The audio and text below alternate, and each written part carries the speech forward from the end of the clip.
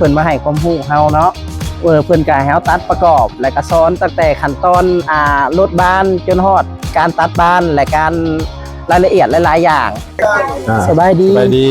สบายดีเป็นอะไรสั่งนู้มื้อนี้การอบรมเกี่ยวกับOIM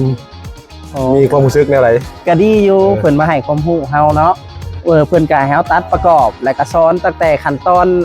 รถบ้านจนฮอดการตัดบ้านและการรายละเอียดหลายๆอย่างถือว่าได้สำเร็จรูปเลยถือว่าได้สำเร็จรูปเลยถือว่าก็โอเคอยู่ทางแบรนด์เพิ่นมาให้ความรู้เฮาแบบนี้ก็ได้ตั้งแต่เฮ็ดเรียกมาเขาบ่เคยเห็นมีครั้งแรกที่มีขอบใจทางบริษัท ORM ขอบใจ